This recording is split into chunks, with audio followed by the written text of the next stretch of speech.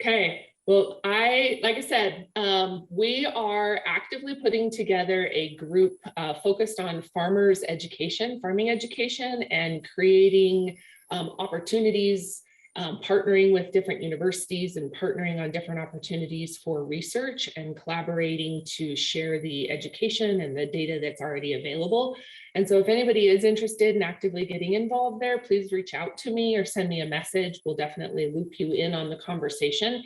We are starting a reoccurring committee meeting focused on farming and farming education as of next Tuesday. And so again, if it's something that you're interested in being more involved in or helping, especially for those of you that are on the call that are farming, with what are those real concerns that you'd like us to be addressing, or please chime in, and we'd love to hear your voice and consider your voice. Hemp Hallway is Global Hemp Association's community platform, where you guys can get in and chat, connect back and forth, look at any past content or data that we have. I think there's 400 hours available through the Hemp Hallway of all of our past interviews. And then there's a few of you also on here that are helping. I want to give a huge shout out to helping us with creating content and developing new opportunities to make connections. And so thank you very much. And also thank you to our advisory board and our board that's constantly contributing. I see a lot of you on here, and so thank you very much. With that, this is our networking meeting. This is a lot of people's favorite. Kayla, I don't know if you're on and if you'd like to say anything before we dive into the networking meeting itself, but I'd love to hear from you if you are available. I see your Yeah. Hi. Hi. Thank you.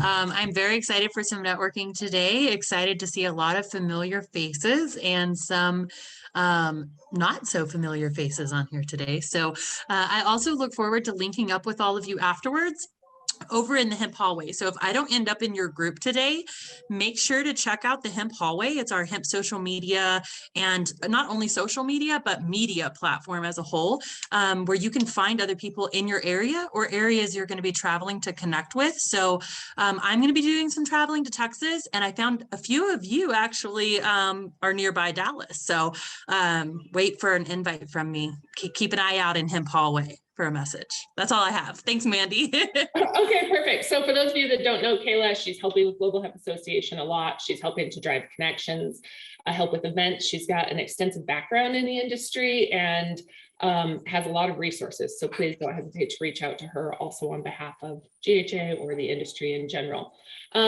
So this meeting today is our networking meeting. It's where we break off into small groups. I get a ton of positive feedback. People love this. The goal is that it gives you an opportunity to hear from 4 or 5 different people for a little bit longer. You get to know them.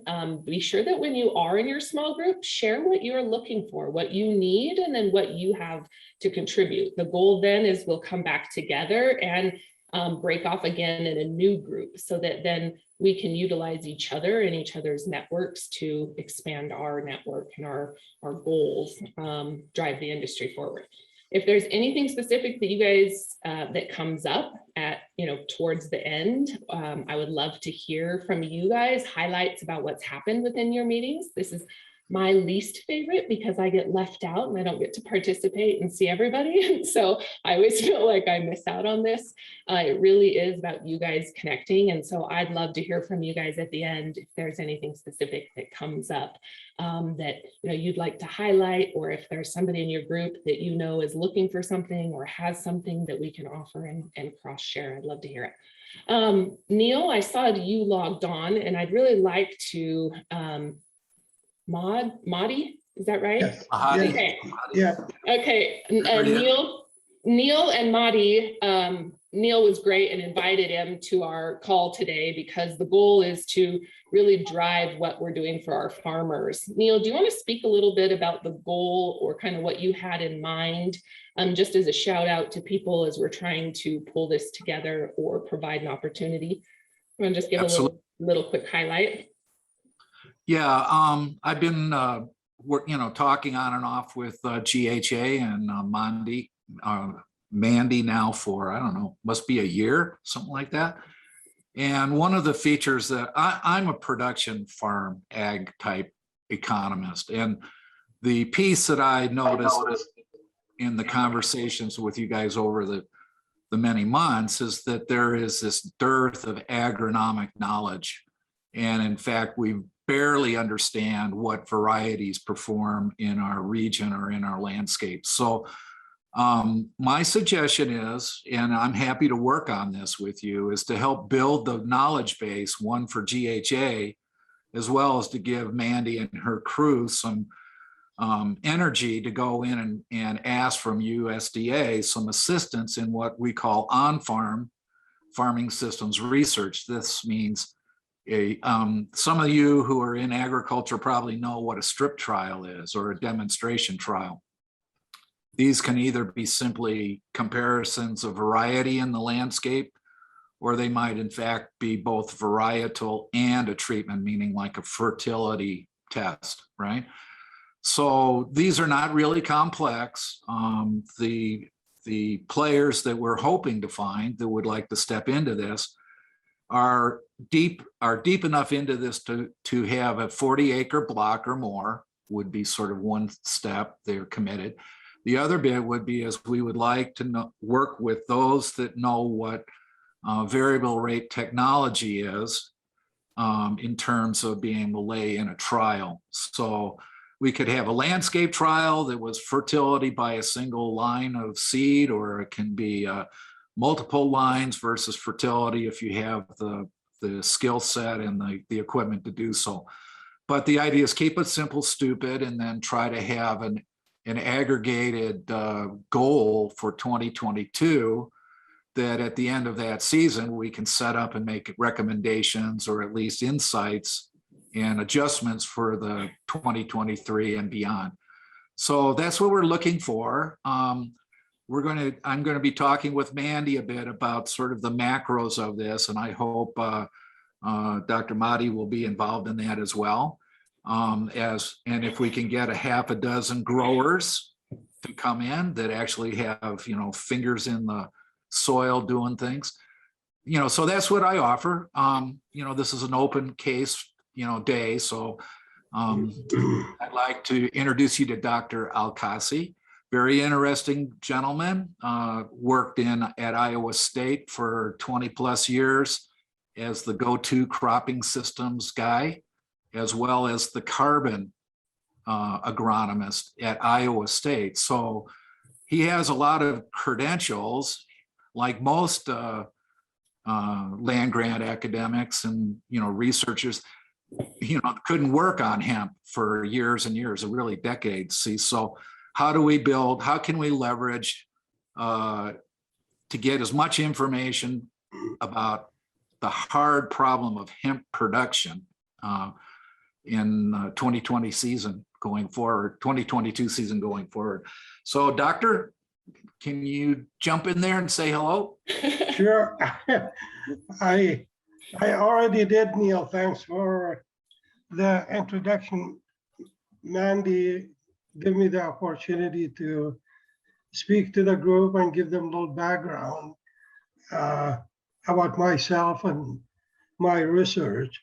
And I'm happy to be here and to be involved in any endeavor that will help accelerate really the adoption and production of management practices that will advance this new opportunity and this energy crop that's multi-faceted application. You could use it for different application, and it's nationally and globally, it's important. The crop, it's for many years, we don't have such opportunity to really examine it. But as you mentioned, Neil, rightly so, there is gap in the information, and this information to help farmers to make the right decision and also the right management practices. So I think combination of field trials and field and laboratory work to address these questions really is critical, as we do in the Midwest in in many different ways in different crops. You know, on-farm trials, is critically important to develop a database that could help and accelerate that adoption.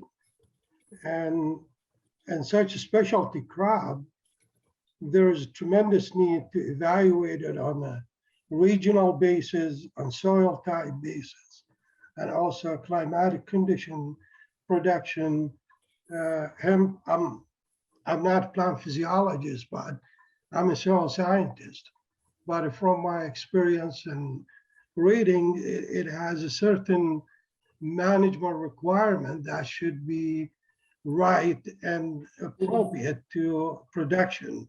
So the farmers could make the optimum use of their production on the level of productivity, the level of marketing, and also to avoid any failure in the production system. We have to have a good database to make a decision on that. So that's, I think, in general, what we need to think about. If we want to approach it right, we need to do that homework in advance. Okay, let's dive into this a little bit further on our call. We can actually dissect this because this is definitely something that I keep getting a lot of feedback and a lot of question about. And so again, I'm going to encourage, I saw there were a couple, Lori and a couple of others, Steve, that have already commented. Please, anybody else that would like to get involved, or if you know somebody else that would like to participate. Okay, so out of this meeting, again, we'll break into small groups. I'm going to break us into random small groups. Be respectful of the mic, let everybody in the room speak and just kind of talk about what you're working on, what you need, how we can help move this project forward, maybe what you need in a time frame in order to get there, so that we can help push those connections. And then afterwards, like Kayla mentioned before, log into Hemp Hallway where you can connect and further that conversation. I crack up, Shane called me the other day and said, because of your connection, I was able to look up, or your Hemp Hallway, I was able to look up who in my area is processing hemp or involved in the hemp industry and connect with somebody that they didn't know lived in the same town, or you didn't know lived in the same town. So things like that become powerful connection opportunities. So thank you, Shane, for sharing it. I really appreciate it. Okay, other than that, before we get started, does anybody have anything they want to throw in here before we break into small groups, or are you good to go? Okay, if you have to leave for any reason, don't worry, I understand. We'll break off in for 20 minutes, come back together, talk for a little bit, and then break off into another small group. Enjoy, you guys. I'll see you on the other side. Turn your cameras on and enjoy. You can do whatever you like. I'll talk to everyone. Awesome. Anna was just painting and Kayla's my partner. And so this is like the in between, but I'd love to tell me a little bit about yourself. I'd love to know. Sure. Yeah, I'm sorry I'm late. I was just actually on a live Q&A for my job that I had to do. But my company is called Trella Technologies. Okay. And personally, I have a background in communications, grant writing, educational programs, online educational programs, yada, yada, yada. And that's pretty much, a big part of what I do for Trella. I do collaborations and communications. So I like to meet really cool people and see if there's a way that we can combine forces and make a really impactful difference. Trella Technologies is on Cape Cod, Massachusetts. And it was started by a wonderful woman, Asia Atwood, who designed this amazing robotic system. She's an engineer, obviously, and she designed this system where, her background as a risk assessor had her seeing a lot of damage due to climate change, storms, tornadoes, floods, you name it. And, it started to really make her worry. And so she designed a system that will be for controlled environment agriculture. And it is a robotic, automatic, low stress training robot that takes one plant and gradually trains it to grow horizontally rather than vertically. And this is especially important if you have to move a grow indoors, but you want to maintain those taller fruiting and flowering plants, whether it's cannabis or tomatoes, it could be anything. We've got all of these amazing partnerships. We're helping some Native American tribes. We are working with universities. We're working with What is nonprofit organizations. the majority of the crops grown then are like for the cannabinoids, right? I think that we actually have a bunch of different people doing it for different reasons. A lot of, we've got hemp farmers and they're doing it for, yes, mainly for CBD, cannabinoids, plant medicine. But we're also trying to branch out into other different crops, food related crops, not that you can't obviously eat hemp, but, talking about,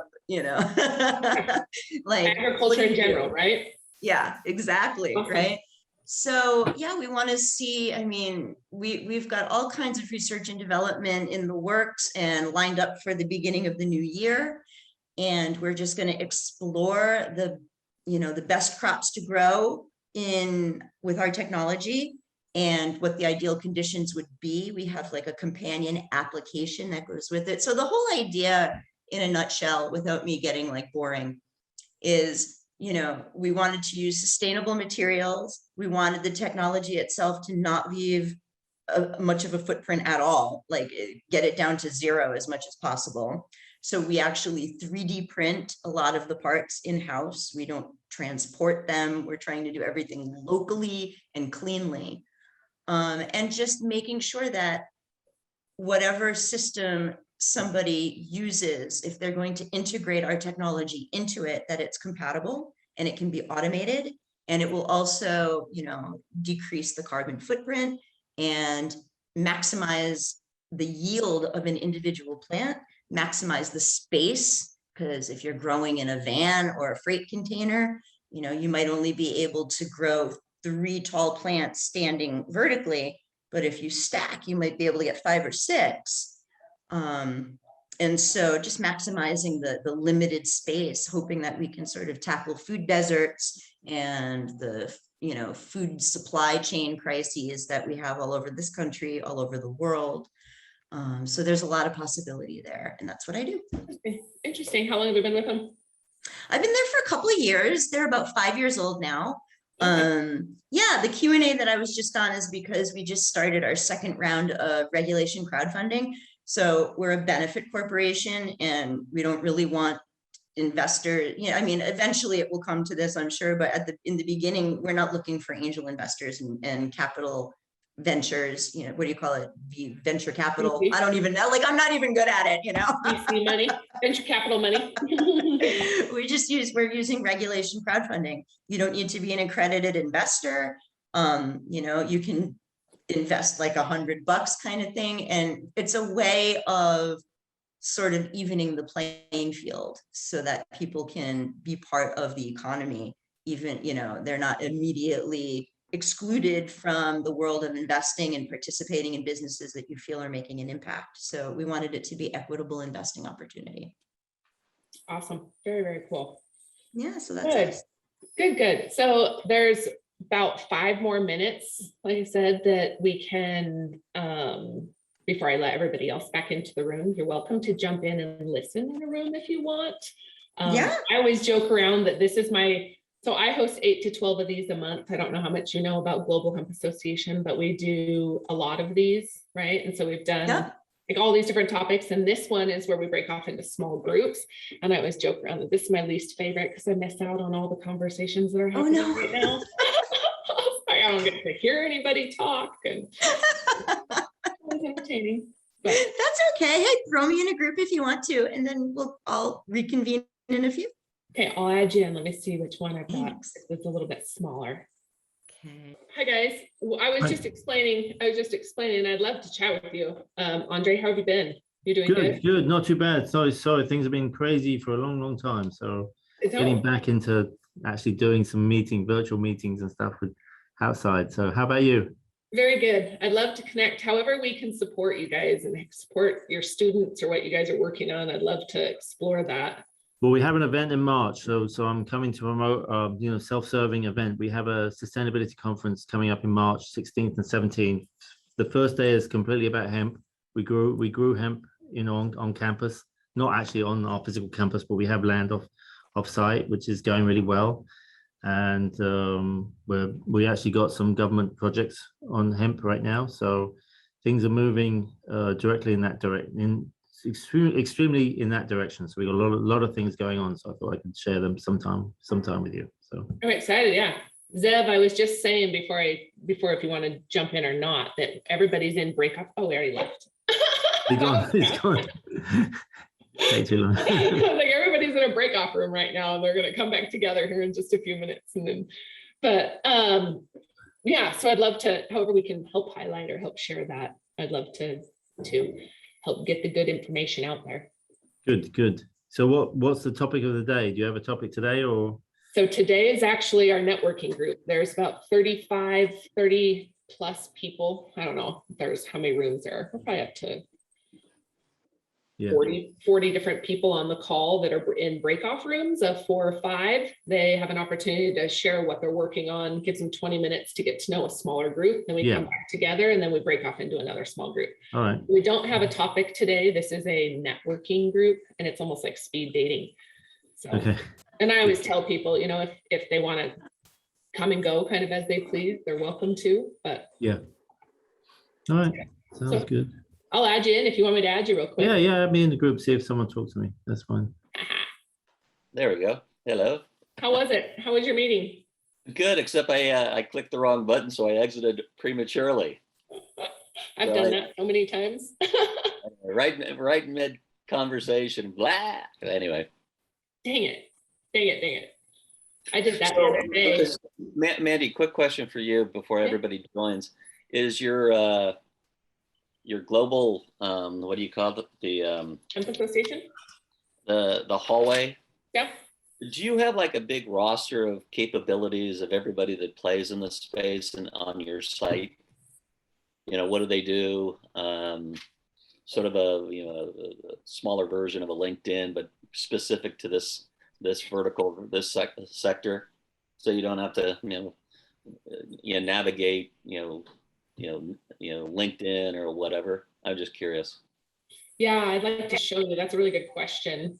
Let me adjust my screen really quick and I will show you what this looks like. Could you repeat the question, Mandy? Hey. Yeah. Hey, Steve. Hey, how are you? Good. Good. Yeah, the question was, given that this is such a great aggregation of folks within the space, if she has as part of her environment is some sort of a roster or registry of what people do, how do they play within the hemp space, what functionality, what their networks are, so it'd be a way to sort of navigate as opposed to go on to LinkedIn or some other broader base. And so that was the query. So I'm glad you asked. It's a way to tee it off for me. Thank you. For those of you that are new to Hemp Hallway or haven't seen it before, that's exactly what this is. It's like a LinkedIn for our industry, or a tool for us to connect. And it does give you an opportunity to sort by who people are, what they do, what they need, what region they're in.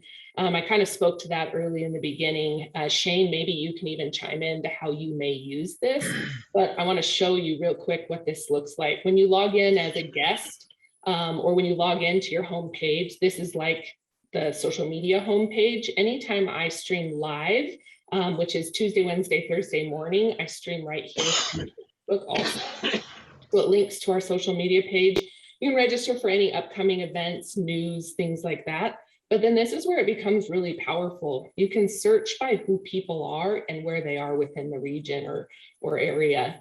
It also gives you an opportunity to search people in textiles, for example.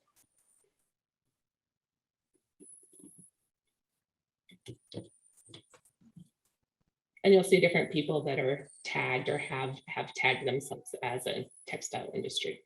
So you can see across here. Oh, great. I don't think I filled that out yet. Oh, I'm not muted. So this goes back to, you'll be able to also register for all of our events. You can just click right here. This is our event today. Here's our upcoming event next week. Find out more information, add it to your calendar, register. It'll send you an email reminder. And also on our media center, this is where you can go back and search past content. Same thing if I'm looking under textiles, for example, and I want to see meetings that have been hosted, past interviews, transcribed meeting notes, they're all available in here as well. You can also post jobs, opportunities, news, any news articles. You can search by different tags, and then as well as organizations. So yes, I have a mini LinkedIn that has been built for the industry. Oh, super. And I just launched this a couple of months ago. And I think that there's almost 3,000, right at 3,000 people on it right now. So for those of you that would like to get on and connect, and I kind of called Shane out earlier in the meeting. I don't know if you have any comment. I know you've used it a couple of times to find people. Yeah, I've been trying Go ahead, to, thank you, Mandy. I've been trying to just, navigate through the hemp hallway. It took me a couple of weeks before I finally had the time to get, my way about it. And then I discovered the map, and I was just looking to see who was in the Colorado area, which is where I've been based out of for the last 3.5 years, and found quite a few people that I had either seen or heard of or known of. And but then I realized that there was somebody, ironically, that where I go get my cup of coffee in the morning before I head to the office, her office is right next door to the place where I get coffee. And I said, wait a minute, hold on, what do you do? Who are you? Where are you? And so we've connected and actually have a meeting set up for, I think the first week in December. She's coming back from a trip, and we're going to have coffee at that shop and talk shop. So anyway, I found it to be very helpful, and everything on the hemp hallway so far has been very rewarding in that, you're meeting people that are doing a lot of really great things and get a chance to connect on so many different levels. So thank you, Mandy. Oh, thank you. Well, I think the part that I have heard the most feedback is it really does give you a connectivity tool. Also, on your behalf, it gives you an opportunity to share as much or as little as you want, right? And so remind that this goes both ways. You create the profile, you get to set up the information, and then share what you feel comfortable with. So if I was looking to raise capital and I only want to share my capital ask with certain people, I'm allowed to restrict that as a private piece of this. And so it gives you as the user a lot of flexibility.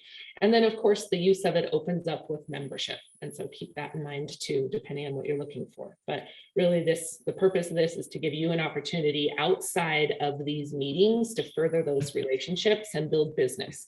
And I love hearing the buzzword around town when people are doing business or have created partnerships because of what we're doing. And so I'd love to hear it. For those of you that have, let me know. I'd love to get a testimonial or share that information. So thank you very much. Just to let you know quickly, Mandy, I have had the wonder of having Steve Cutter, who you introduced me to, stay over here at Glasgow for COP26 for a week. So Brilliant. there it works already. There you go. Thank you very, very much. Good. Thank you guys. Okay, so if anybody has anything that they want to highlight or anything they heard within their meeting just now, something that maybe somebody needs or that we can do as collectively to highlight or support them, I'd love to open the floor up for a couple of minutes, and then we'll break off into another small group here in just a little bit before we round up the meeting. I'll open the floor if somebody would like to speak. I do have a problem. I've been looking for an auditor and a CPA doing GAAP practices to do a funding since June 24th. I have a lawyer. I have all the necessary acumens. I have a holding company and a marketing company sitting waiting, and auditors are hard to find that are doing C and CF&D auditing right now. So if anybody knows of anything, that would be great. What state are you located in, Jane? I'm in Minnesota.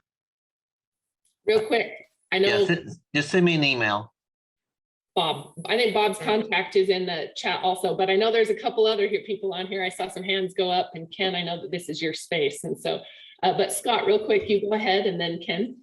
Well, if this is Ken's space, you might want to go first. Mine is slightly a further topic, so go ahead, Ken. I saw Ken post something about being somewhere at a, go ahead. He's on mute. You're on mute, Ken. I'm at a bee convention and I just want to let you know I ran into a gentleman who is making a hemp protein feed product for honeybees. And so Oh. anyone that has any information about good sources for large volumes of hemp protein, please let me know. Okay, perfect. Go ahead. So Mandy, Scott. yeah, so my question was, we were talking with Neil in our room more about the science of determining and quantifying carbon capture in soil and other deep technical stuff. And thank you, Neil, for that conversation. It was very enlightening. My question is more of a meta, and obviously, we founded a co-op last year here in Ohio in order to help band together, farmers that are interested in this industry, and also to tie together the brands who wish to have hemp, at least high quality hemp, to start weaving into their products, for lack of a better term. So what do we see as far as the larger, political economic picture in quantifying the benefits of either rotating hemp into your crops or into creating hemp-made products with this plant using carbon capture as an offset, as a way to de-risk the farmer's position? Is there any feeling on how we're getting to that space? Are we going to be able to use anecdotal evidence for 12,000 years versus what we have in Australia? As I understand, much more data. That's, again, I told you it would be a wide out question. So. Okay, so this carbon question is a big topic, right? I host a carbon meeting once a month. Carbon comes up every discussion, but I'd love to dive into this more. I don't know if somebody has an opportunity or can connect. Can you maybe put your contact information in and maybe we dive into it a little bit more? Sure. Does anybody have anything they'd like to comment on this real quick? Because we can go, Rusty, go ahead, because I was gonna say we can go. Yeah, I was just going to say, it's going to be 3, 4, 5 years before we have any of the information, the data that's really going to substantiate carbon credits. So although it's nice to keep that on the back burner, in my personal opinion, everybody that we're talking with right now, we have to be able to sell the farms and the operations on providing what the soil remediative properties are for their own farms, instead of having to focus on what the carbon credit monetary value is going to be on that, because it's going to be a couple of years before I see that happening. I was actually at a conference this weekend, and huge shout out to National Industrial Hemp Council for the event that they put on. For those of you that were looking for, it was a very professional, very well put together event. But there was a conversation about the carbon credits and that what has and has not been issued. And I know that there are a few people on this call who can speak to this. And so maybe reach out to Scott or see what we can do. But Scott, also, I will be sure to attend our carbon meetings that we host. And then there's also a group, 2 groups, or even maybe 3 groups now that are competing for the X Prize, where they're calculating the drawdown capabilities of products made out of hemp, sequestration. We are in touch with them, and I think that was through your introduction as well. So thank you. Yes. For that. Yeah. And I have a curiosity on that subject. David, go ahead. Sorry, I'll ask my question. It's okay. That's on both sides of the ball, the carbon credits, right? So it's in the grow because of what you're doing for the environment, essentially, and then it's taking that product and creating one of the byproducts, hempcrete.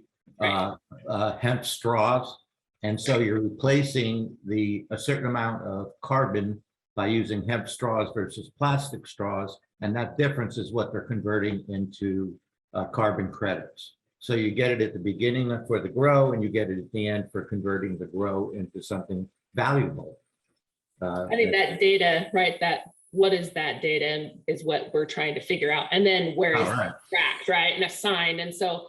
I think back to Rusty's point, immediately and making that the forefront of the business model is, yeah. There's a lot of bankers who are looking at that right now, investment bankers, and giving carbon credits. Right. So we dive into this a lot on the carbon. I mean, every month, it's my biggest meeting. We'll get- Mandy and I've had probably 24 meetings, and I'm still confused. And I was in a meeting yesterday with the State Department of Ag, and I said, and I corrected them and said, part of one of their divisions is the one that authorizes that the certificates, but nobody really still doesn't have the confidence to sign off on it. So if you can get them, I can help you sell them, can convert them to cash. We've got people that come to our meetings that do that, but getting them from each state is pretty difficult. And the state people are, they're scared to death that they're going to hang themselves on that. So anyway, go ahead. So there are lots of, like I said, I'd love to invite you guys back. I would even start another carbon meeting if we do something on a smaller scale, because carbon is such a big topic that we address. The sustainability. And Jane, so I will, not only through the weekly meetings through the drawdown project, but also we can dive into some more topics. So let me remind you guys, if you guys have specific topics you want to hear from, either people or topics, please send them our way. We will put the opportunity up for us to dive into those specific topics, and especially diving in on the education and academic side. And so, let me know where and who we can pull from, and we will definitely work with that. Or if you guys have specific people that we want to highlight, let me know. Okay, Glenn, and then Peter, and then we'll go back into group. Thank you very much. Oh, just a shout out for the last 20 minutes. I was randomly put into a group of 4 people, and one of them happens to be doing affordable housing building with hemp and hemp fiber and construction materials. And so, the universe got this thing going. So thank you so much, Mandy. There were no accidents, Glenn. Good job. No, we're not. Peter? Yeah, so I'm one of those architects that's doing affordable housing and hemp products, and I'm really excited to be here with everybody. And in particular, I have a client, I'm designing a wedding venue in West Virginia, and we're using hemp architectural materials whenever possible. And I kind of have to sell them on that concept. They're very curious and need an education. We also talked about cradle to cradle design with Brendan. And but what I need help with, since that's a theme, is they are actually, they run an energy fund for all kinds of energy and solar and whatnot. So they're actually have an investment group, and they're it's a young millennial couple with a lot of contacts. So I thought I'm going to pitch them the hemp component of the architecture, but I think they're also very open to the hemp component of energy and biofuels and investment. And they're working in West Virginia, which is really kind of, I think, very ripe for agricultural development and whatnot. So anyone want to reach out to me and help me put together a pitch for a company like that and fill in the gaps that I know very little about, I'd really appreciate it. Mandy, just one really quick before you go off. I'm having trouble copying any text from the chat. Does anyone else have this problem? When they copy, it just gives you a beep. So Mandy, if you could just make sure to get the text out in text to everybody that was on the call, that would be really helpful, because it's very difficult to have to transcribe screenshots into text. Yeah, that's not intended. I run into this often, and I don't know if it's the way that my original reoccurring meeting was set up, but as a reminder, these are transcribed, and then the text is put in those transcribed notes, but it does take me a little while to get them out. So let me, as soon as this is over, I will send out a link of this, at least transcribed notes, as quickly as I can to everybody that was on today. When you get your follow-up email, I'll hope to include that in there. Thank you very much. And remind me next time in the beginning if I can't reset it. I'll see what I can do. Maybe unlock it or something. I'll try. I don't know if we have any indigenous people in any of the screens here in this huge multiverse of the Brady Bunch that we're looking at. But I know that there's a number of indigenous people, especially in the Midwest. And Peter, I think this would be for you. That are looking to build hemp huts. The old hut that the Native Americans, the indigenous people, used to use as their meeting rooms.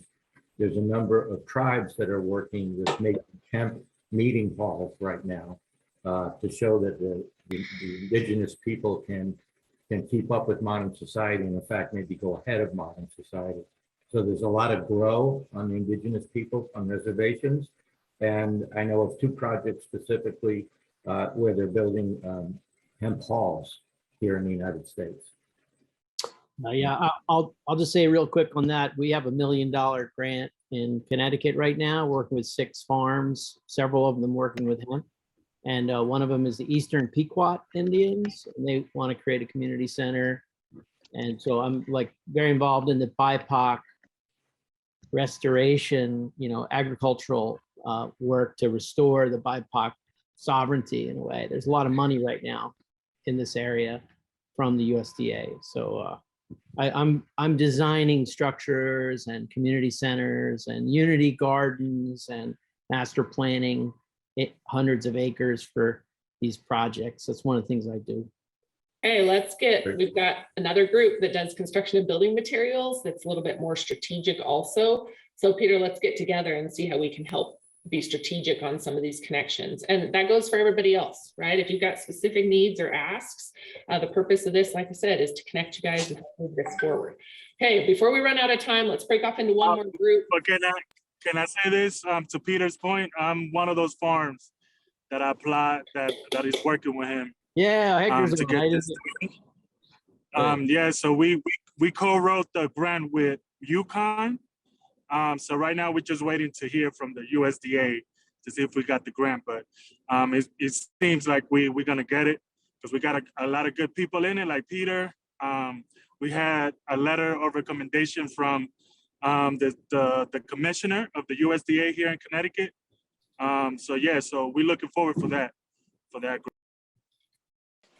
Well, thank you for speaking up. That was great. Okay, one more time, break off into small sections. Again, if any of you have to leave before we get back together, please reach out to me if you need anything. If there's anything that we can do, and please join our membership. We host 8 to 20 of these a month. We do 8 to 12 groups like this, and then I go live Tuesday, Wednesday, Thursday with one-on-one interviews. If we have not interviewed you and you've got something going on, or if we have a year ago, I would like an update. Right? I'd like to know where things have gone now, where you're at. Business has changed. We always say we're fixing this plane while it's flying. And so I'd love to get you guys highlighted and continue to, make the connection. Okay, so without further ado, one more break off room. We'll recreate rooms.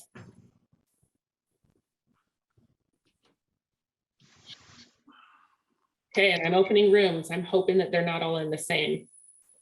Doesn't look like it. Okay, you guys are set. Enjoy. Thank you very much. I see you laughing at me, Joe.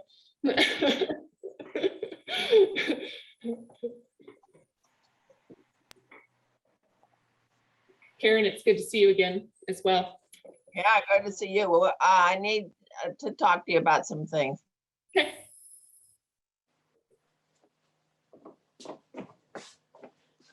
Hey, Mandy.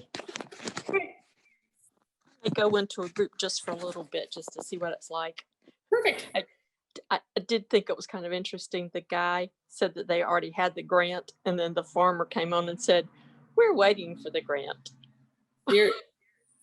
You're in a small, yeah. Yeah, I thought, okay, I got you. They've got quite a few too that they're working on, hopefully. Uh-huh. And that's good news. It was just the perspective the farmers go and show me the money, which I thought that was funny. Okay, well, I'm going to go there. I may come back to you in a minute or two just to hear what's there. Okay, bye. Since you got somebody to talk to. I accidentally jumped out a little early from my breakout group, so that was kind of rude. I hit the wrong button. At least you didn't end it for everybody like I've done before. So we were in a really good R&D discussion last week, and my computer froze, and something about I don't know what's happening. I don't know if it's my processing speed on my computer, but when I get big groups on Zoom for a long time, it freezes everything up. So I got logged onto my cell phone and then went to go end my computer, and I ended the whole meeting for everybody. And yeah, Bob saved my bacon one time, but you're on mute, Bob. It was just really embarrassing. We're back. Hello, hello. Thank you, guys. Thanks for joining. Thank you very much. Hello. It's good to see everybody. If you have, We're all back. perfect. I'd love to hear what you guys, if there's anything you'd like to highlight. Jerome, it's good to see you. I don't know if there was anything good in your group that you'd like to chat about, or maybe share anything that you're working on. And I'd like to involve you also, Jerome, in the conversations with Neil and Rusty. I know you guys are already, Sure. but I'd like to get you involved. But how was your group? Anything good? I learned about Oh yeah, it was great. fiber and fiber qualities, and then about adhesion of fiberboard. Oh, nice. Very nice. Jerome, what about you? Anything good? Well, yeah, absolutely.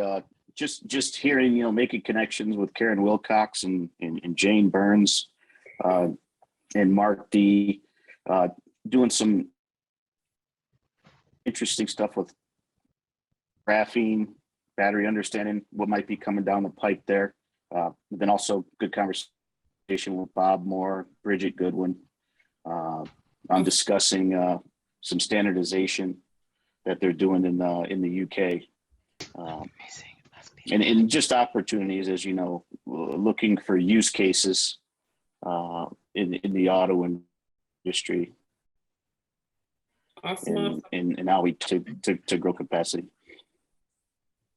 Awesome. Well, thank you very much for joining. I always enjoy having your experience on the call. It's great. Karen, thanks again also for joining. I was given a little bit of a shout out to the structure of the meeting this last week and how great it was. And I don't know if you have any input. I was talking about how it was really a level of professionalism that I hadn't seen in a lot of the events, and the amount of conversation around the fiber and grain industry was really rewarding to hear and good to hear.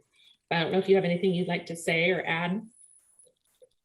Well, I think that was really their emphasis. They, in my opinion, I think that they are on the right track, because CBD, I always say to people, we wouldn't be here without CBD. The Congress was not going to do hemp for making textiles, but they were very tired of having parents come in their offices and tell them that their children needed CBD and they had to move to Colorado to get it.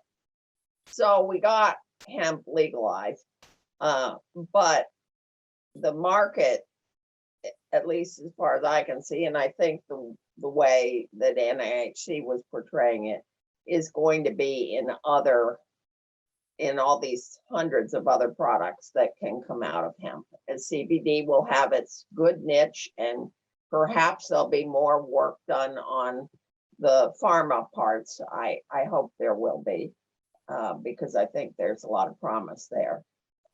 But yeah, they were definitely doing that. The presentations were very, very professional. There were a few places where people were not quite as well informed as they might be. But when you're dealing with literally potentially thousands of products, you're not necessarily going to be an expert in all of them, and you shouldn't try to be. Well, and I think that even just the carbon topic obviously came up, and the understanding of what that looks like is still so gray. And so it was great. There was a lot of academic and in the room, which was really awesome because it allowed for really good discussion, and that was pretty cool.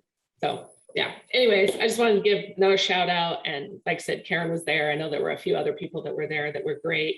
But is there anything else that maybe you heard that we as a group can help support? Any needs or anything that you'd like to highlight? Anybody? Here, if you don't mind. Yeah, go ahead, Brian, and then Brendan. Go ahead. Go ahead, Brian. So it looks like if everything goes to plan here in the next few months, we will break ground on our facility in northern Texas. So we are doing a Cretus 10-ton per hour line, upwards of about 70,000 tons of material or more per year, depending on how high we can get that automation. And right now we've just come to the place where we need to sell material. So if you are looking for high quality hemp fiber material for long technical fiber, short technical fiber, hurd, dust, pelletized dust, you know, I got what you need, come get it. So, and we'd be more than happy to talk to anybody with their projects, what they're trying to do. You know, big and small customers, it doesn't matter. You know, we'd love to have you. We should have been there this weekend. There were 2 guys looking for a crazy amount of supply. Is that up in DC? Yeah. Oh, I wanted to go to that so bad, but actually, last minute, my brother died of cancer this last week, so I wasn't able to make it. So sorry. It's all right. I'm sorry. Well, there'll be more, right? Another thing we're doing as a group, right, is actively collaborating with others that are hosting events. So we can really help to bring that connectivity there as well. But if you got their contact information, send them, you know, shoot it my way. I'd be happy to talk. Yeah, of course. Okay. Connections. Brendan? Yeah, just once again, Mandy, well done for putting this all together. You're a legend. Just something that came up in one of the discussions, the first one that we had, standardization. You know, there's something that obviously I want to bring up in terms of my expertise and experience with the cradle to cradle methodology, but I think we need to look at seriously lobbying and getting a global, not just only US, but a global hemp standard. Maybe that's what we can call it. But anyone who has any info or some energy or vibes to send that way in terms of getting that underway, please tap me up. I'd love to get hold of you. I may be in the UK, but I'm quite active in the US as well. So good news is I'll be in Vegas in February. So it'll be time to start rock and rolling that side of the pond. So anyone who has any info on being able to look at potentially constructing and collating a global standard for hemp product production, tap me up. I would love to put some emphasis on this. This is something that also came up in one of our advisory meetings. And then again, it's constantly coming up. There are a few people within our group who are heavily involved in the industry that they're servicing that will be able to provide some really big feedback and are interested in actively contributing to this. And so I'd like to sit down and look at what that looks like as our association and what does that collaboration look like. And then there's also a couple from other countries as well that have expressed, Brennan. And so I'll send a connection or an email and let's get something set up where we can at least dive into how we move that forward for the rest of us. So thank you for bringing that up. Glenn, go ahead. Brendan, it's exciting to hear you talk about that. My team at Empower Unity is now very globally connected. And so we want to continue that conversation with you and Mandy, and it looks very exciting and promising about how we can rapidly maybe create some uniformity in this industry that doesn't exist, and especially as it relates to now building buildings with hemp and get some really good things worked out so that there's common languaging, common definitions that we can all understand. And then utilizing carbon credits is going to be a great way to bring us all together as well. So it's a pleasure and look forward to reaching out to you. And thanks, Artie. I would like to add something to that, to what Artie said. And I do agree that we do need a massive identification of what those standards and specifications for this material are. Until that time, and this is me speaking as a processor, we would love it and appreciate it if we didn't have to wait for those standards. That's right. for those, and that's because it's getting hard to lock down what we're trying to produce because people aren't being vocal about what their standards are, mainly saying that there need to be standards. Well, so we can help set the pace. To invite you all to join us at ASTM. We are deep in the weeds. We have representatives from the EU with DIN and ISO standards, extensive collaboration. We're now using the USDA's Fiber Lab Technical Chair D13, Chris Delholm, is doing preliminary analysis, quantifying the variables, particularly in fiber, and the nature differences, all the different characteristics like coefficient of cohesion for bonding to composites. so. All these are measurable metrics, and we're defining, no, it's third-party neutral collaborative consensus. So anybody who thinks they're going to produce fiber should be on the committee so that they understand what product gets them the highest value, because all these standards will be an assay of values. I think too, there's a way where we can collaborate, right, to work with this. There's a lot of discussion about industry and ASTM and how do we bring that together. And so I know this is a conversation we started a year and a half ago with ASTM, and what does that look like now to maybe revisit what that looks like? Because I think that there are a lot of people on our calls that have these standards, right? And so what is it for us to be able to bring that together? Oops. Gotcha. Okay, so yeah, let's revisit it. Let's go into this. Absolutely. Steve, I see your hand up. Let me get to Glenn real quick and then Mark. Glenn, go ahead, sir. I'd love to hear your feedback, especially. Yeah. So with standards, we're importing hempcrete building products in the United States. There are all sorts of international mutual recognition agreements in place, and so far we've had no problems getting things recognized, apart from the labeling, which Bill, you'll know about, the Federal Commission rule about insulation values and stuff like that. So I've chased the standards, the National Standards Institute of America up, and they're going to give me a response shortly, because their trade regulations actually in contravention to the technical barriers to trade, which is the World Trade Organization, which the Americans are a signatory to. So it's one test, one inspection, one accreditation, recognized everywhere. So to me, that's great, because I don't want to go and reinvent the wheel. I don't want to spend any more money doing more bloody tests just to get the thing sorted in the United States. So far, so good. We're kicking goals in Australia as well, because those tests that we've got, for example, the International Accreditation Service of the ICC, International Code Council, says on their website that they are obliged to accept conformity assessments that are done by accredited bodies of mutual recognition agreements that they've are signatories to. So anyway, all I'm saying is that should save us a lot of work. That's it.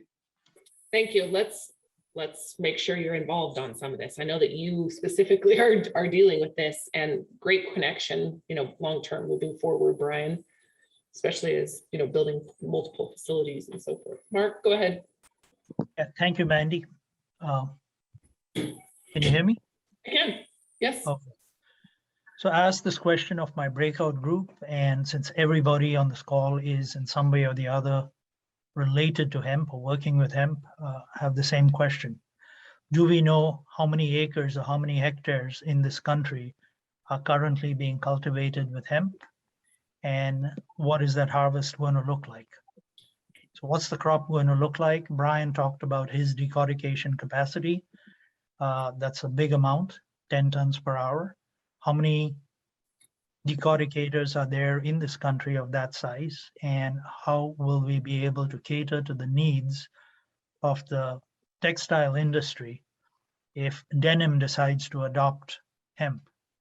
If it's Levi's, if it's Wrangler and Lee and Gap and all the other brands decide to include this in their next collections, will the farmers have enough offtake through decortication to be able to provide the fiber to the spinners who then have to sell it to the mills who are going to weave that fabric? Currently, no. The demand for processing already in a very short amount of time is going to completely envelope even what I'm going to be. I hate going out and saying that I'm going to be the biggest, but I am going to be one of the largest hemp fiber decorticators in the United States. And in order for, here's a breakdown of how little of the market that we need to max out our production.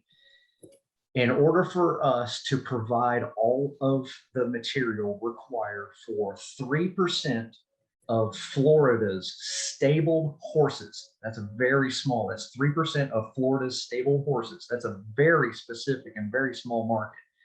If we were to supply 3% of that, we would need 6 of my facilities.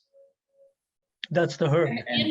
And The we're input talking, on that, then is approximately how many acres are you looking to be processing? I mean, understanding your tons, what are you at acreage wise? Do you mind me? we're operating on a very conservative very conservative numbers where we are trying to average out at about 3 tons per acre. We think that's very doable.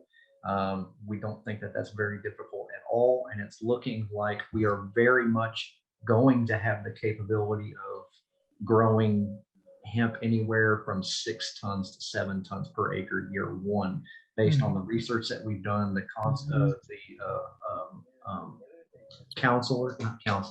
consulting, there we go, that we have from farmers that have grown it, that material in the areas that we are already wanting to grow it. So this isn't, us trying to grow a European hemp crop that has never been grown, in the panhandle of Texas. We're trying to grow a MS-77 eco-fiber is one of the strains, main strains, and it has been grown extremely successfully almost in Mexico, in Texas, and down in the Rio Grande Valley. They grew it at about 7 to 8 tons per acre. So us having the conservative estimate of being able to grow that crop in the northern part of Texas under irrigation at 3 tons per acre is extremely doable. Our first year goal is to reach 35% of our 100% maximum capacity, and that's about 2,500 to about 2,800 acres at 3 tons per acre. So if every ton per acre that we get increasing over that mark is an increase in our first year capability beyond 35%. But as I said, this market, this industry is going to absolutely detonate in this country, and there is no way that my processing facility will be a drop in the bucket compared to what the demand is required. Brian, if we can get, I can get you all the acres you need on that part. I personally control over 5,000 acres of farmland, but I'm actually not in a position where I right now am in any danger of not having the acres. With the agreements that I'm setting up with my farmers right now, with the terms that I'm putting in front of them, seed provision and putting the money in escrow before they grow it, and knowing that they will have 100% completed payment upon delivery of their material to my facility, I don't really have a lack of farmers right now. I believe I'm easily going to be able to reach that 2,500 I acres think so. in the area that we're already selling. Right now, the stage that I'm in, I need the buyers. I have the farmers that are willing to grow the acreage. Now I need buyers who are wanting to purchase the product of that acreage. Yeah.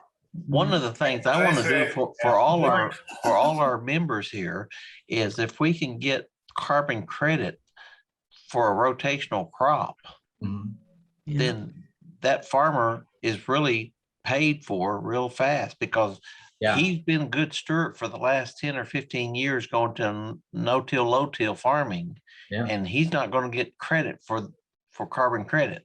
Not and yet. I'm trying to get the USDA to set a base. We can't, honestly, we're not in a position right now where we can wait for it.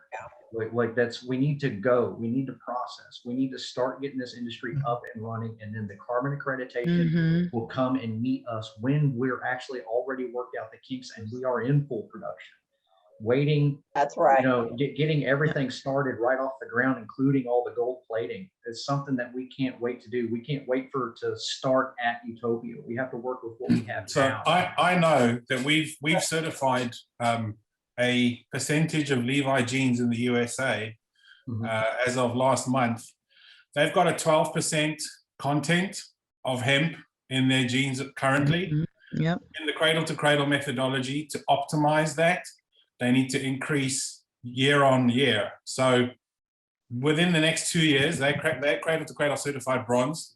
They're going to go up to silver, which needs another 12% or 6%.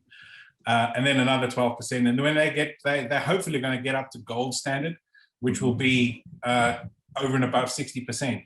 So those production factors that you're mentioning now, we're gonna have to multiply in the next 8 to 10 But- years. We have to But multiply. was the Levi's, Colossal amount. That's was just the- Levi.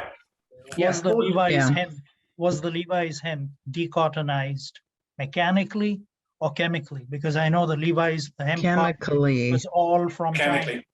So if it's Chemically. chemically, then it's not sustainable. No, I It's don't not want a that. sustainable fiber anymore. Yeah, I'd like to I make agree with you. one I'd real like to, Actually, I'd like to Brian, what's the address, name of your company? The name of my country, sorry, Company. is Country is USA. Environmental Living Industries. One thing that I Environmental wanted living to, industry.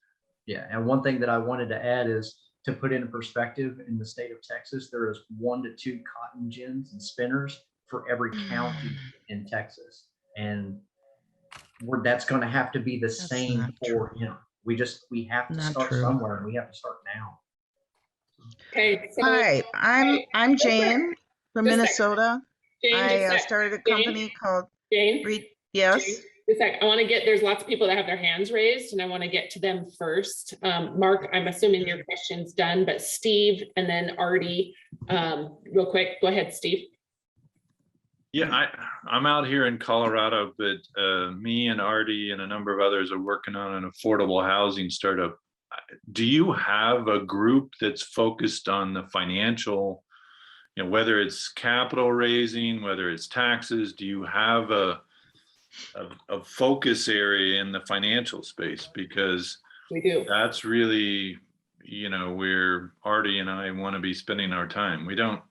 These are all wonderful discussions, but you don't have the capital, then everything else is kind of moot. So there have been, that's one thing that in our last actual advisory board meeting that we discussed, and we dove pretty deep into what does that look like? What's the need from the investment side as well as from our side in order to move the projects forward? I'd love to dive in a little bit deeper with both you and Artie and get involved here. As you can imagine, with creating this channel for both distribution and connections, it has also brought capital opportunities and capital opportunities from small angel investors to large scale SPACs. And so keeping in mind that, I would like to help facilitate that, help bring that together, whether it is a pitch opportunity or an actual education, that we put out. That's all been discussed, Steve. How that's rolled out, I'd love to involve you in that. But yes, that is a focus, and there are a number of people that address it.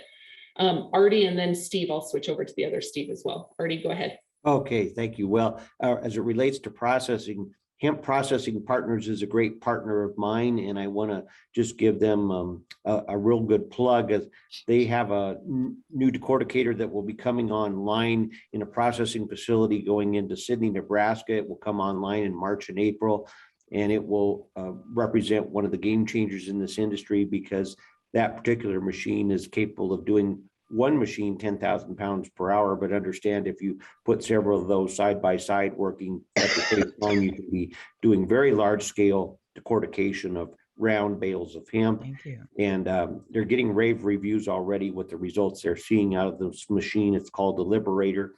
And so I'm happy to get people connected and help them understand that along with Empower Unity, we will be likely partnering with them to bring a lot of large scale processing facilities to various parts of the country as we begin to scale up the building of hemp houses and in many states. And so it's exciting to think where we're at in this industry now.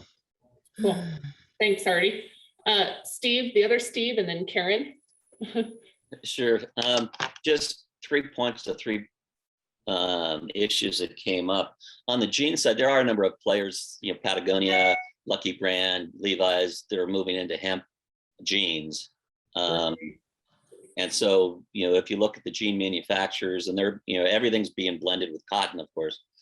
So that's one. Number 2, there was a comment, well, in fact, on the financing side, wearing my banker's hat, one of the ways to spin opportunities within this space is really under the banner of an ESG, environmental social governance. social impact or, an impact investor. There's a tremendous number of impact investors out there that are looking for opportunities for not only job creation, but also, sustainability plays, and hemp falls, right in that. So, we're in the process of developing a series of industrial hemp campuses with sustainable housing and a smart village associated with those. So using technology, but the whole thing is under the umbrella of an impact play in areas that are economically deprived. So bringing technology, allowing for leapfrogging and sustainability is sort of a big thing. And then the last thing, there was some comment on like outside research, and this might be something, Mandy, you want to take lead. There's a number of global associations, the European Hemp Association, the Latin American Industrial Hemp Association, the Canadian Trade Alliance. So there's groups internationally that are basically doing the same thing as what the US. And one of the things I found is that there's such strong hubris within the United States and including California, that if it's not created here, don't look at it. There's some great things, initiatives that are happening globally that we can benefit from what they're doing research wise. They've got academic institutions doing research in their particular indigenous communities or markets and this and that. One of the we're talking about doing the same sort of campus theme in Italy, France, and Switzerland. So this is a global industry. Everybody's doing the same thing. So there's a lot of good resources if you just take the time. And maybe as part of this GHA thing, you take, maybe you do an outreach and you get a dialogue between different parts of the world, because it's common themes, common objectives, and you can take advantage of additional insights. So I throw that out as my 2 cents. I like it and I appreciate it. And it kind of goes back to what Brendan said earlier, right? About bringing people together on this bigger scale, because there's so much information out there. And there's every time somebody says, we don't have the data, I know there's somebody on the call that does have the data, right? So how do we bring that together and what does that look like? So thank you very much for that feedback. And I'd love to move it forward as well. Karen, go ahead. I'd love to hear from you. Well, a couple of things. I think first I'll just deal with that data question. We've been struggling to get animal feed approved in the United States. There is plenty of data worldwide about feeding animals hemp-derived product. And the United States government will not accept it. It has to be US-derived research. So we have that issue, and we will probably always have that issue. But I wanted to answer Mark's question directly about how many acres are going to be harvested this year, 2021. And it will be around 30 to 31,000 acres in the entire United States. That is a very small number compared to 2019. And our big job is going to be to build confidence with the farmers again. I don't know how many of you were involved in the gold rush in 2019 and 2018, but it was a gold rush and people get burned and hurt in gold rushes. Sometimes they get killed. And farmers were bankrupted by major companies. I know some people in Kentucky who were bankrupted. Farmers did not have a market. There were a lot of people in the business who came in who were frankly not honest. They were grossly dishonest, and they wrote contracts that cheated farmers and set them up for failure.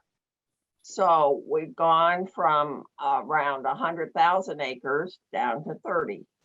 So everybody here who wants to process, and God willing, we need to do that, but we're in this reverse situation where we got the rush and we didn't have processors.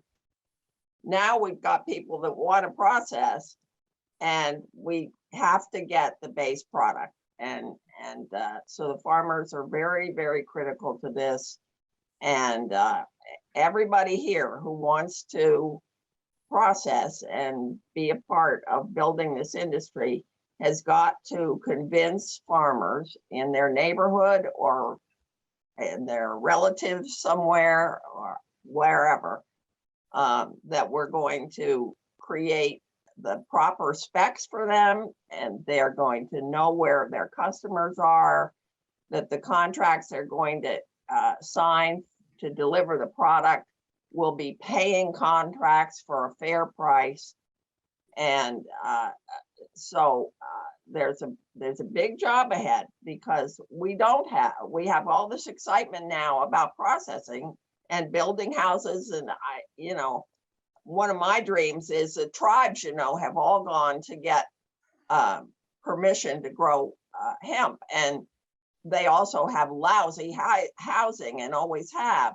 And one of my dreams was that they would grow hemp and they could use hempcrete and other hemp to build housing right on the reservations where they need it. So we've got a wonderful industry that could get out there. It's going to take a lot of work with the farmers to get them to do it. Yes, thank you, Karen.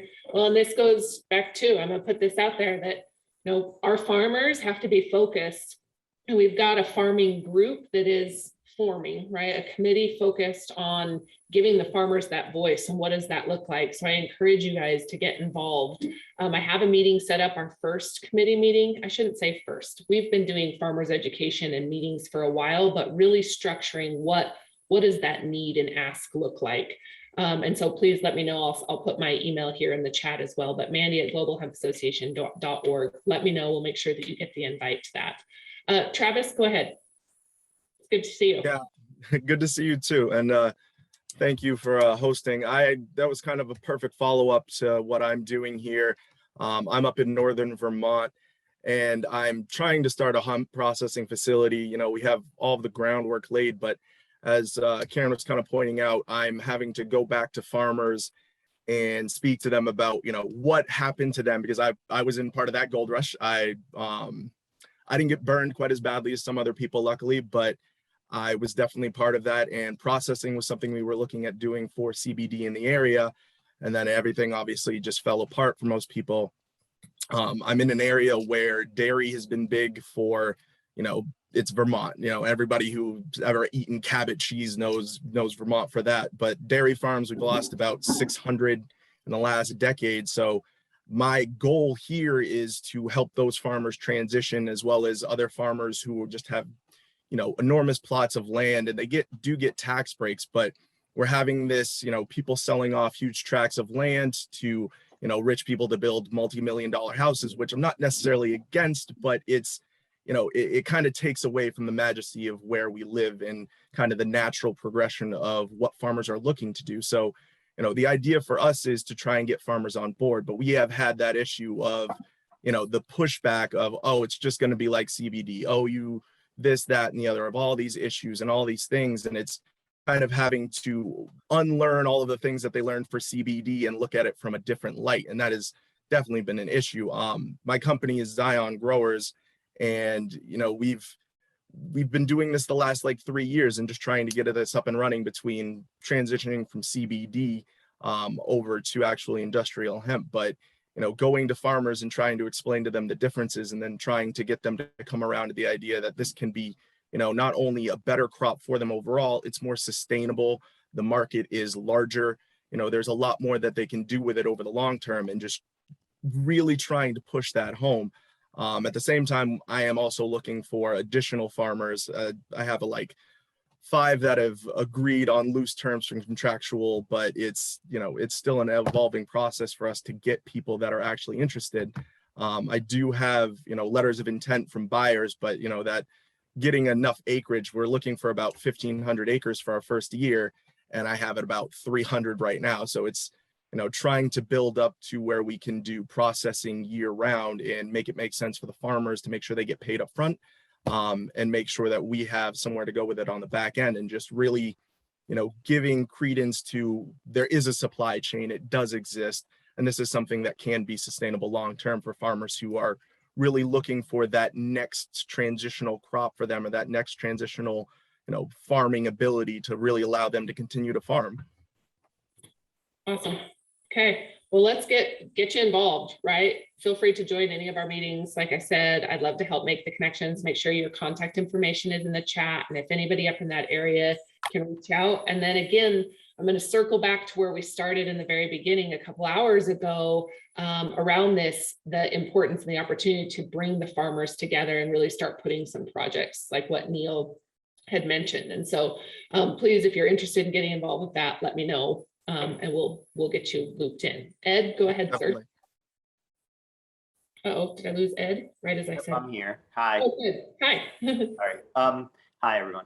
I just wanted to say that over the last 3 months, I went to several large convention markets where I met with buyers who are actually looking to buy fabrics and hemp wood and non-woven, etc. Kind of as like the final step, so for me, it's like, how do I get this fabric woven? We talk about Levi's using percentages of hemp and other people using percentages of hemp, Wrangler, etc. It's all European yarn, like Levi's isn't using American spun yarn. I've been trying to find people who will make me non-woven materials in the United States and partner with those. There's a huge need for foam for furniture, and pillow stuffing and things like that. And I've finally started to isolate some of those types of people that will consider making me prototypes, etc. So like me reaching out to like Brian in the future, thumbs up, to try to get that, depending on where these different companies are located. Finding a supplier that's within a reasonable transportation distance is important and a key for me. That's like a big aspect of it. If I'm not going to send something from Florida if I'm going to Indianapolis, Indiana, to have non-wovens made, but when people think about the hemp industry right now, it's mostly farm centric and decortication centric, but the real need to get to the final level of sale is the decortication has to be clean enough that it could be spun. So, to find spinners in the United States that will spin yarn, Guy Carpenter from Bear, give him a shout out because he's really worked his ass off to, excuse my French, to get to get to where he is now. But a lot of it is cottonized hemp fiber that's all 33 millimeter long hemp fiber mixed into cotton. And if we want the strength and all the benefits of a hemp fabric, we really need to look at like the linen industry that's spinning flax, which is a long fiber, checking out your stuff, Carl, so, that's the big part of it, is that, non-woven, and I like called England to talk to the guy who makes non-woven machines. I've been searching through industrial, auctioneers and stuff like that who are selling, full spinning plants. And, again, it's like if it's spun cotton, that's a different animal than wool. It's a different animal than hemp. It's a different animal than flax. So, the technology and the people who can actually run the factories to make the spinning happen in the United States, even those people are a resource. And that's something that our industry, as we try to push forward, is really going to have to start trying to drag those kind of technical people into the industry so that they see it. And it's really, I'd like to say I'm like the last part of the strain, the sales dog, but really there's even a layer between the decortication and the product final weaving, even, you know, that needs to be nurtured in this industry. It's a big bottleneck, you know. Yes. So that's what I have to say. I like your feedback. I like your feedback about, you know, bridging this gap and what that looks like. GHA has actively participated or partnered with some of the associations that are like the textile committees, you know, in the textile exchange and some of the cotton exchanges, so that we can be that voice as they're merging over to those products. And what does that look like? And then also diving into some of the, you know, biocomposites on the same thing. There's a lot of conversation about how do we bring that technical discussion. And so I appreciate that input and that feedback. I think that is a piece where, you know, we talk about what is it that we're looking for. I would definitely add, you know, some of that, Ed, maybe you and I can collaborate on what are some of those missing links that you think we can bring them back on.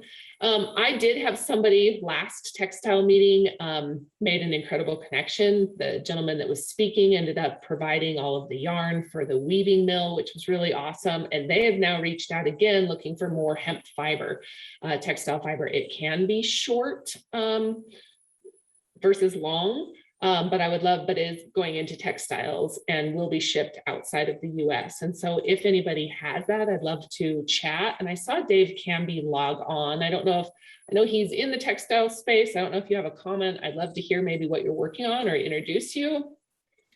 Can you hear me? I can, Dave. Hi. How you doing? Good. Yeah, Good. funny that y'all are talking about this, because I was on the phone with a couple of different groups of people last night, actually, out of California. And everybody's trying to do the same thing. I mean, we've got hemp fabric that's being made here. Dave Cook, which Ed knows, he's making fabric, which all the yarn is imported from Europe. You know, whenever I first started in this whole processing ordeal, we never realized we was going to have to create a whole supply chain from seed all the way to spinning facilities. Because there's actually only 1 or 2 spinning facilities that can take a raw fiber, hemp fiber, and spin it into a yarn that's usable. That's why it's going to Mexico and Europe and China. So, I mean, supply chain still has to be designed. The infrastructure still has to be put in place to even accomplish that. Now, are we using European fiber and Chinese fiber? Absolutely. But you got to start somewhere until we get the American fiber put in place. Bingo. Absolutely. I like it. I like it too, Brandon. Double thumbs up. So thank you, David. I don't know if you want to leave your contact info or give a little bit about your background. David's been in the back, not talking a lot. And so I just messaged him, was like, can I please call on you and introduce you? But he's a great guy and his team are great and solid. And so, you know, if you do have questions, feel free to reach out. Kayla, I saw you just messaged too. Do you want to mention a little bit about what the Evolve 2030 project is, or maybe what you're working on? So Evolve 2030 is a lot to condense into a short amount of time here, but long story short is we're you know doing exactly what David said the need is, you know, is we've realized we have to build out an entire supply chain. So Evolve 2030 is here to assist in that. It's a 10-year initiative that was started in 2020. So thanks for calling on me, Mandy. I'll get my elevator pitch a little better for our next meeting so I can explain everything to you guys a little bit better. But long story short, we're taking all of these pieces and we're putting them together, right? We have the jigsaw puzzle in the box and it's all mixed up. And we're helping make sure, one of our biggest things is making sure that productivity results in prosperity. So everybody who's been working so hard for so long, it's time to give them an opportunity to take what they've worked on to the next level. So that's a big part of Evolve 2030, is making sure we're securing the right contracts and putting out the right education to ensure that the success of the foundation is there for everybody to stand on and be successful. So that's a little bit about it. And like I said, I'll work on my elevator pitch. I wasn't ready. But a lot of it is around what we hear from the investment side when we talk about, is there opportunity or what's being done to bridge that gap. Is, we hear a lot of need to create the consumer demand, and what does that messaging need to look like? And so with efforts of writing side by side of your companies, we would like to help create that consumer demand and that messaging to make it easier to move into market and so forth. So we've now been on, you guys, for almost 2.5 hours, and I unfortunately or fortunately have a full day packed of other meetings that I've got to jump off to. But I want to say thank you so much for today. I felt like it was great connections. I learned a lot, and I hope you guys were able to connect a lot. There's a lot of to-do lists from today, a lot of connections for the farming group, for being able to put trials together, utilizing resources with people who are in the academics as well as in the field, collaborating with other organizations that are on I heard lots of need for building on the, affordable housing sector today, and then the international, bringing together the international organizations and the content that we have. And so I will be reaching out. Please send me a message, mandy@globalhempassociation.org, or on our Hemp Hallway platform. All of you should get a link to be able to participate in Hemp Hallway. Please get on there, send us a message, reach out to each other. And again, I can't say thank you enough. I'm excited about doing this, more excited about meeting, and being able to really move projects forward. And so, however, we and our team, I have a whole team of people who can jump on and really support. And so please let us know. Other than that, thank you guys very, very much. We'll see you next week.